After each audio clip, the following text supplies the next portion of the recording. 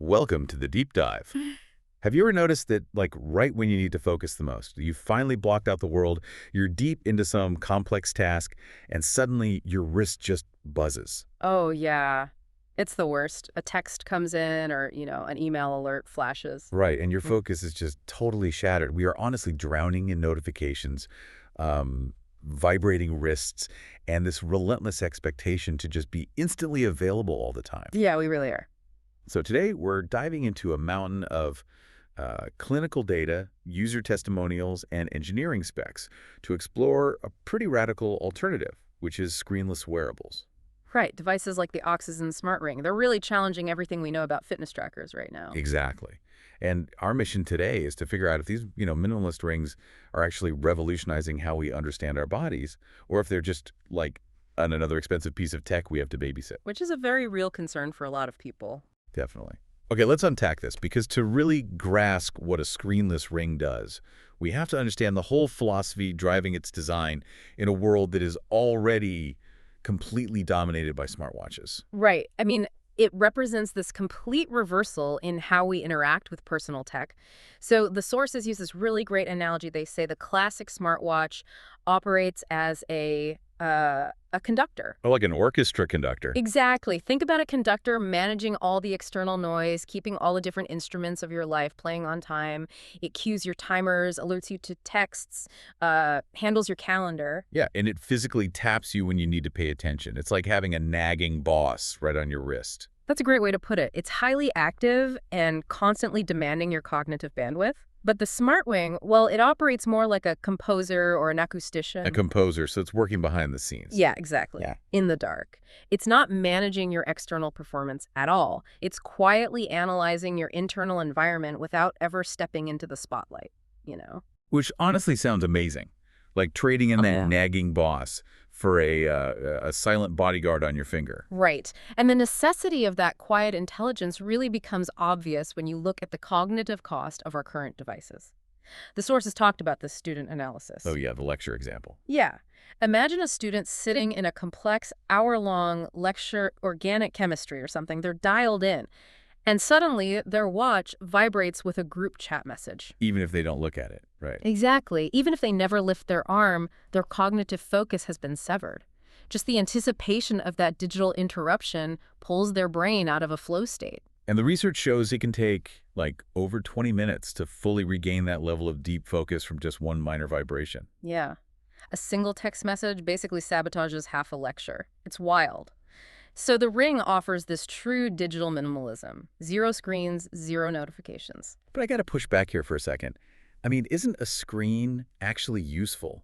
Aren't we just moving the distraction from our wrist back to our phone? If we connect this to the bigger picture, the goal here isn't to remove data from your life. It's a fundamental shift from reactive management to proactive management. Proactive management. Yeah. Meaning what, exactly? Well, with a buzzing watch, you're constantly reacting to the immediate present. A ping, a step goal. With a SmartLing, you engage with your biological data on your own terms. Oh, I see. So you might open the app over your morning coffee to see how you slept, rather than the watch telling you how you slept the second you open your eyes. Right. It turns data consumption into a mindful ritual. So instead of noticing you feel totally burnt out on a Friday, you're proactively seeing your energy reserves dropping on Wednesday. And then you can actually adjust your schedule before the crash happens. That makes a lot Or- of sense. Exactly. But to do that, you have to track the invisible cumulative toll that daily life takes on your nervous system. Right. And if the ring isn't buzzing you with text messages, what is it doing? Hmm. It's tracking that exact toll. And it does this primarily through a metric called HRV, right? Heart rate variability. Yes, HRV. And we should clarify what that is because it's distinctly different from just a basic heart rate monitor. Yeah, a lot of people get that confused. So if your heart is beating 60 times a minute, it's not beating exactly once every second like a perfect metronome. Right. There are tiny microscopic fluctuations in the milliseconds between each individual beat. And HRV measures that variance. And counterintuitively, a high degree of variability is actually a good thing. It's a very good thing. High HRV means parasympathetic dominance. That's your rest and digest state. It shows your nervous system is flexible and resilient. But when that variability drops and your heartbeats become really rigid and uniform, that's sympathetic dominance, right? The fight or flight mode. Exactly. Your body perceives a threat, it floods your system with stress hormones, and gets ready to run or fight, which is fine for acute bursts like slamming on your brakes in traffic. But terrible if you're stuck there because of, endless emails or financial pressure. Right. When modern life keeps you locked in that state permanently, the clinical literature calls it allostatic overload. It's basically the breakdown of the body's compensatory systems. And the stats and the sources on this were staggering. Chronic work stress increases the risk of clinical depression by like 54%. Yeah, and sustained personal stress pushes the risk of circulatory disease up by 72%. Wow, 72%. Here's where it gets really interesting, though, because you mentioned flexibility earlier. I like to think of HRV like the shock absorbers on a car. Oh, that's a good analogy. Right, like if the road of daily life is bumpy, but your shock absorbers are loose and flexible. So a high HRV, you just glide over the rough patches. You brush off a rude email. Yeah, you handle things with patience. Exactly. But if those shocks are rigid and locked up, a low HRV, every single tiny pebble violently rattles your bones. Yeah. Every minor inconvenience feels like a catastrophe. That perfectly captures it. And tracking this continuously allows users to catch early warning signs of metabolic disorders and cardiovascular strain weeks before a traditional medical checkup would. Because traditional checkups are just a highly artificial snapshot once a year, right? Exactly. Plus, users are discovering what they call social stress signatures. Oh, right. The sources mention this. People realize through their data that certain meetings or even specific people trigger physiological spikes. Yeah, they literally see the biological cost of specific relationships mapped out on a graph. It's incredible. That is wild. So that's the daytime stress load. But that directly sabotages our most critical recovery period, which is sleep. Right. We move from daytime depletion to the nightly rebuild. And tracking sleep accurately requires precise sensors. Which brings us to why a ring on the finger is scientifically superior to a watch on the wrist. Yes, the anatomical location is a huge advantage. The palmar surface of the finger has these exceptionally rich capillary beds. The palmar digital arteries, I think they were called. Exactly. They sit extremely close to the skin surface.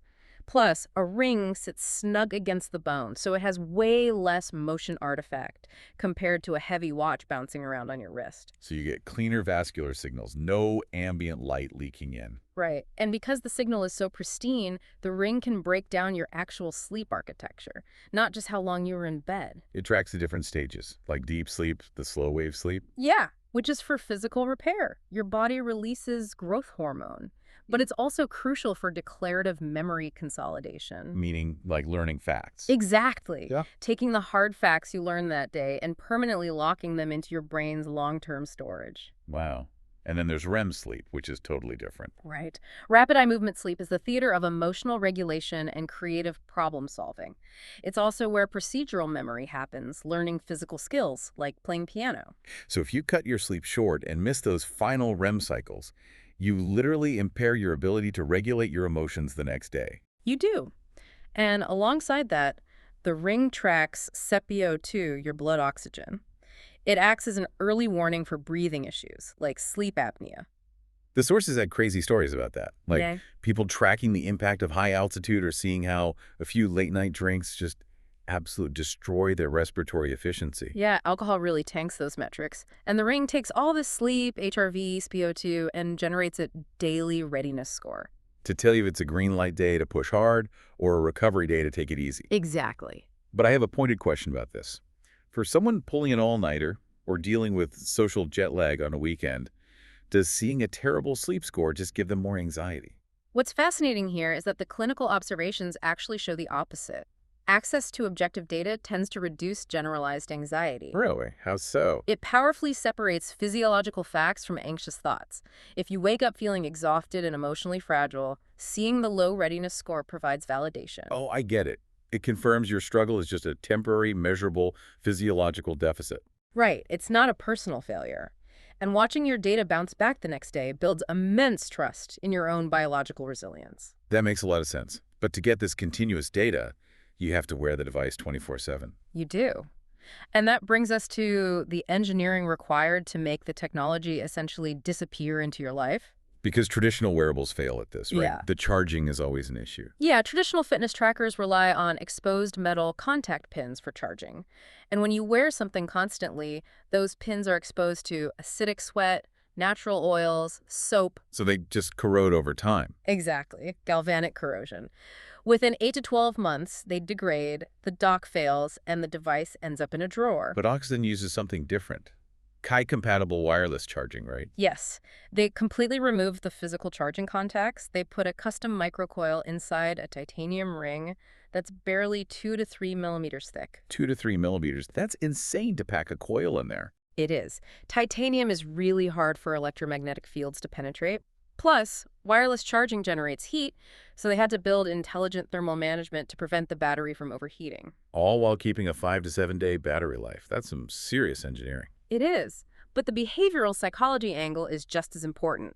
The drop-and-charge design eliminates the cognitive friction of aligning pins or finding proprietary cables. Yeah, there was a user story in the sources about this. Someone who traveled a lot used to always lose their proprietary charging cable, rendering their watch useless. Right, but now they just use a tiny wireless dock or even a standard hotel charging pad. It's brilliant because the best health tech is the kind you forget you're using. It just becomes a seamless habit. Exactly. And from a sustainability aspect, removing physical charging contacts eliminates the primary cause of premature device failure. It keeps these devices out of landfills longer. Which is fantastic. But it all sounds like this seamless biometric utopia. And the source material actually includes a pretty stark reality check on the downsides of smart rings in 2025. Yes, approaching this objectively means looking at the compromises. The first big one is the subscription trap. Right. Wara Ring costs around $349 upfront. And then requires a $5.99 a month subscription just for its insights. Over 4 years, that adds hundreds of dollars. Oxyzen and RingCon offer subscription-free models, which is better, but the upfront cost is still steep. And then there are the activity tracking limits. Yeah, without a screen, you can't check mid-run pacing. Rings are notoriously bad at tracking specific workouts, too. Like weightlifting, right? Because gripping a barbell messes with the sensors. Exactly. It compresses the blood vessels in your finger, confusing the optical sensors.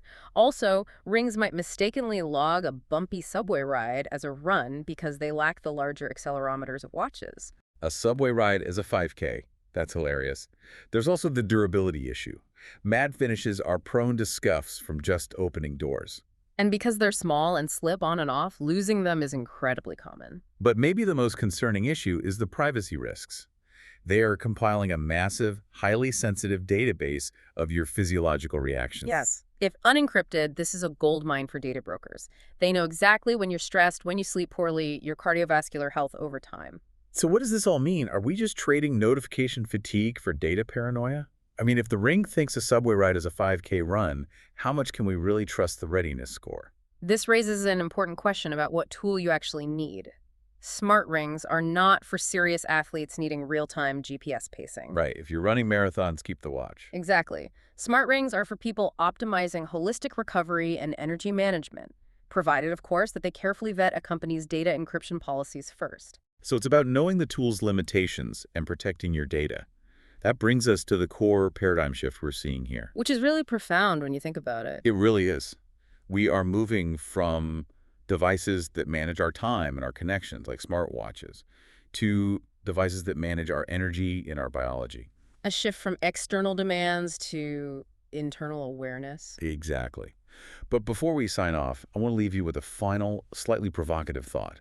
Something that wasn't really explicitly discussed in the sources, but feels inevitable. Oh, I'm curious. As these algorithms get better and better at learning our physiological baselines, what happens when your ring knows you're getting sick, or burning out, or even feeling stressed around a specific romantic partner before your conscious mind even realizes it? Oh, wow. That's a little unnerving. Right. Will we start letting our jewelry make our major life decisions for us? It's something to think about. Thank you so much for joining us on this deep dive. It is a pleasure. Keep questioning the data, thoroughly read those privacy policies, and hopefully you can find a little peace and quiet away from the buzzing.